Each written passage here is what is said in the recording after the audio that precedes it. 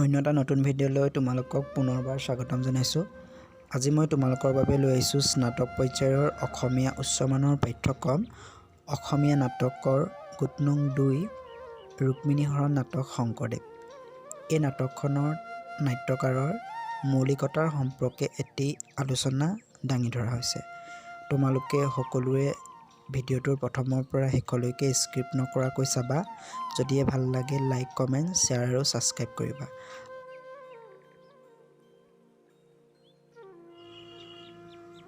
মহাপুৰুষ শংকৰদেৱ অসমৰ ধৰ্ম, সমাজ, সাহিত্য, সুকুমাৰ কলা আদি প্ৰায় সকলো দিশৰে এগৰাকী অগ্ৰণ্য ব্যক্তি। তেওঁ একাধাৰে ধৰ্ম প্ৰৱৰ্তক, সমাজ সংস্কাৰক, কবি, নাট্যকাৰ, চিত্ৰকাৰ। মহাপুৰুষজনাৰ সৰ্বমুঠ 6খন নাট ৰচনা কৰিছিল। সেই নাটসমূহৰ ভিতৰত ৰুক্মিণী হৰণ নাটৰ কলেবৰ সবাতোতকৈ বেছি। ৰুক্মিণী হৰণ নাটৰ মূল ভাগৱত পুৰাণৰ 10ম স্কন্ধৰ 52-54 অধ্যায়। এই অধ্যায়ত থকা কথা আৰু কাৰ্যৰ ওপৰত ভিত্তি কৰিয়ে শংকৰদেৱে ৰুক্মিণী হৰণ নাটৰ বিষয়বস্তু নিৰ্ধাৰণ কৰিছে। ভাগৱতৰ মূল কাহিনীভাগক বিকৃত নকৰি পৰিস্থিতি আৰু চৰিত্ৰসমূহকো অধিক উজ্জ্বল আৰু সজীৱ কৰি তুলিবলৈ নাট্যকাৰে কিছু স্বকীয়তা গ্ৰহণ কৰিছে আৰু নাট্যকাৰৰ মৌলিক প্ৰতিভাৰ ৰহণে নাটকখন অধিক মনোৰম কৰি তুলিবলৈ সক্ষম হৈছে। জগতৰ ঈশ্বৰ-ঈশ্বৰী কৃষ্ণ-ৰুক্মিণীৰ প্ৰেম আখ্যানেই এই নাটৰ মূল বিষয়বস্তু।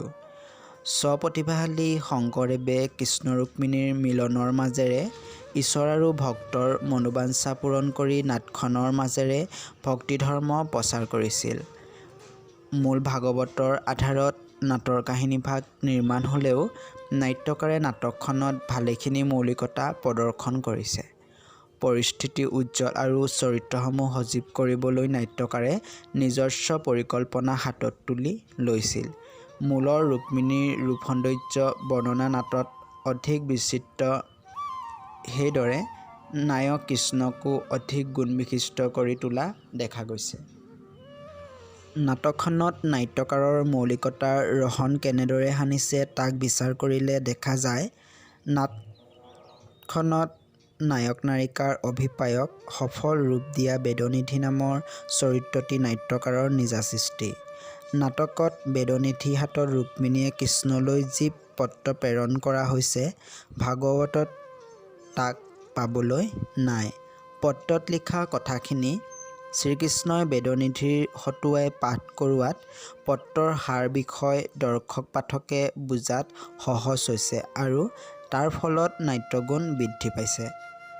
পত্ৰত লিখা কথাখিনিও শংকৰদেৱৰ নিজস্ব পৰিকল্পনা। মূল ভাগৱতত ৰুক্মিণী ভৱানী মন্দিৰৰ পৰা অহা পথত কৃষ্ণই হৰণ কৰাৰ কথা আছে। নাটত কিন্তু ভীষ্মকৰ ৰাজসভাৰ পৰাহে কৃষ্ণই ৰথত তুলি লৈ যোৱা দেখুৱাইছে। নাটকখনত নায়ক নায়িকাৰ মনত পূৰ্বৰাগৰ সৃষ্টি কৰা সুৰভি আৰু হৰিদাস ভাট নাট্যকাৰৰ নিজা উদ্ভাৱন। কুণ্ডিলৰ পৰা সুৰভি ভাটে দ্বাৰকাৰ শ্ৰীকৃষ্ণক ৰুক্মিণীৰ ৰূপগুণৰ কথা অৱগত কৰায় আৰু দ্বাৰকাৰ হৰিদাস ভাটে কুণ্ডিললৈ গৈ ৰুক্মিণীৰ আগত কৃষ্ণৰ গুণ গৰিমা বৰ্ণনা কৰি সাধাৰণ প্ৰেমিক প্ৰেমিকাৰ দৰে জগতৰ ঈশ্বৰ-ঈশ্বৰীৰ মাজত প্ৰেমভাগ জগাই তুলিছিল। ৰুক্মিণীৰ ভুৱন ভুলোৱা ৰূপ লাৱণ্যত বিমুগ্ধ হোৱা ৰজাসকলৰ বিভৎস আচৰণ আৰু সখীসকলে তাৰ প্ৰতি কৰা হাস্যৰসিক ঘটনা মূলত নাই। ৰুক্মিণীৰ পিতৃ ভীষ্মক আৰু ভাতৃ ৰুক্মবীৰৰ চৰিত্ৰ মূলতকৈ অধিক সজীৱ আৰু সক্ৰিয়ভাৱে নাট্যকাৰে নিজস্ব ৰহণ সানিছে। নায়ক নায়িকাৰ দুয়োৰে সম্পূৰ্ণ ঐশ্বৰিক ৰূপত প্ৰদৰ্শন নকৰি মানৱীয় ৰূপত অংকন কৰাত সৰ্বসাধাৰণৰ বাবে চৰিত্ৰ দুটি অধিক উপাদেয় হৈ উঠিছে। ভাগৱতৰ চেদিৰাজ দমঘোষৰ পুত্ৰ শিশুপালক এই নাটকখনত শিশুপাল ৰূপেহে নাট্যকাৰে অংকন কৰিছে। নাটত ৰুক্মিণীক বিবাহৰ অৰ্থে শ্ৰীকৃষ্ণই অকলে কুণ্ডিললৈ গমন কৰাত দৈৱকীৰ মাতৃ হৃদয়ে শংকাত কঁপি উঠিছে। সেইবাবে পুত্ৰৰ সহায়ৰ বাবে বলৰামক যাদৱ সৈন্যৰ সৈতে বীৰভৰ্ষলৈ পঠিওৱা আদি কাৰ্যৰ মাজেৰে নাট্যকাৰজনাৰ নাট্যজ্ঞান তথা মঞ্চজ্ঞানৰ সুন্দৰ চিত্ৰ প্ৰকাশ পাইছে। লগতে মাতৃ চৰিত্ৰও স্বাভাৱিক আৰু জীৱন্ত হৈ উঠিছে। নাটকখনিত পৰিৱেশ সৃষ্টিতো নাট্যকাৰ কৃতকাৰ্য হৈছে। ৰথৰ বেগ সহিব নোৱাৰি বেদনিধি মূৰ্ছা যোৱা, ৰুক্মিণীৰ মুখচণ্ডিকাৰ সময়ত ব্ৰহ্মা মূৰ্ছিত হোৱা, ভীষ্মকে মহাপয়োভৰেৰে যৌতুক আদিৰ ৰুক্মিণীক বিবাহ দিবলৈ দ্বাৰকালৈ অহা আদিতো নাট্যকাৰৰ মৌলিকতা প্ৰকাশ পাইছে। কৃষ্ণ ৰুক্মিণীৰ প্ৰণয় পথত হেঙাৰস্বৰূপে থিয় দি ৰুক্মবীৰে নাটকত সংঘাতৰ সৃষ্টি কৰিছে। শেষত সাধাৰণ মানৱীৰ দৰে জগতৰ ঈশ্বৰ আৰু ভক্তা ৰুক্মিণীৰ মিলনৰ মাজেৰে নাট্যকাৰে নাটৰ সূক্ষ্মাত্মক আৰু ভক্তিৰসাত্মক পৰিণতি দেখুৱাইছে।